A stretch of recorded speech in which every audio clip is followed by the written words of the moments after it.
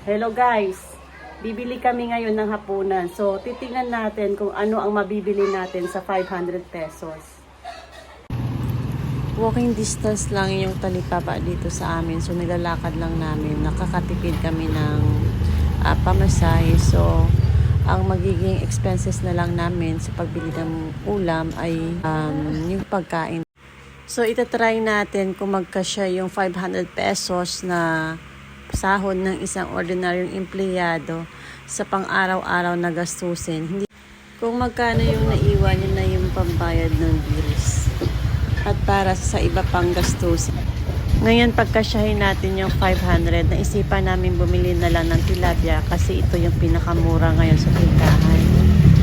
So, pinahati na lang namin sa 3 slices. Bali, yung 1 kilo, 3 pirasong malalaking tilapia. Yung tamang-tama, yan lang yung laki. Yung maliit lang. Yung 1 kilo na ito is good for 4 persons. So, 3 adult, 1 youngster. So, ang mangyari nito, since hindi naman masyadong palakain yung youngster, yung 2, yun ang hinati sa 3 para ngayong hapunan. Then the rest na is para sa bukas for breakfast. Nakakatipid na rin.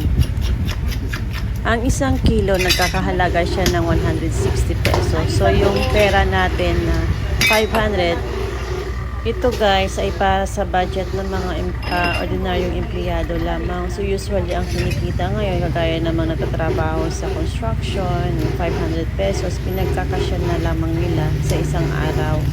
So, paano na lang yung mas maliit yung kinikita sa pang-araw-araw? Paano na yung mga babayaran nila, kagaya ng bills? Paano na lang yung mas maraming anak? Ito ay isang idea na rin para alam natin kung magkano yung budget ng isang pamilya na kumikita ng minimal income lamang. So, ito idea na ito also nakakatulong din to sa mga OFW na nagpapadala sa pamilya nila kung magkano ang nagagastos sa pagkain. 10, 1, 2, 3, 10, 20, 30, 40, 340.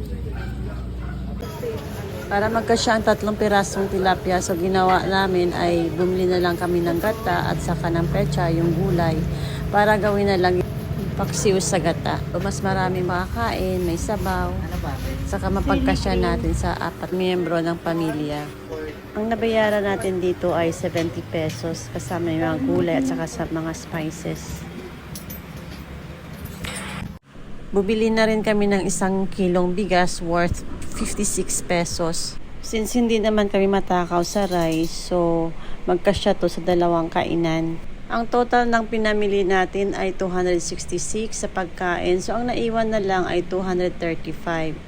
So dito pa lang guys, nakikita natin na pinagkakasya na lang natin ang 235 para na sa iba't ibang gastusin sa pamilya, kagaya ng allowance ng estudyante, pamasahe, at sa para bayaran sa bills ng tubig at saka kuryente, at saka sa school na rin.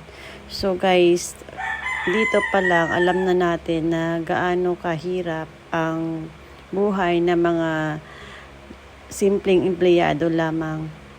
So, I hope na may natutunan kayo sa video na ito. Please don't forget to share, like, and subscribe our YouTube channel. Thank you very much. And this is Bisdak ng Bicol.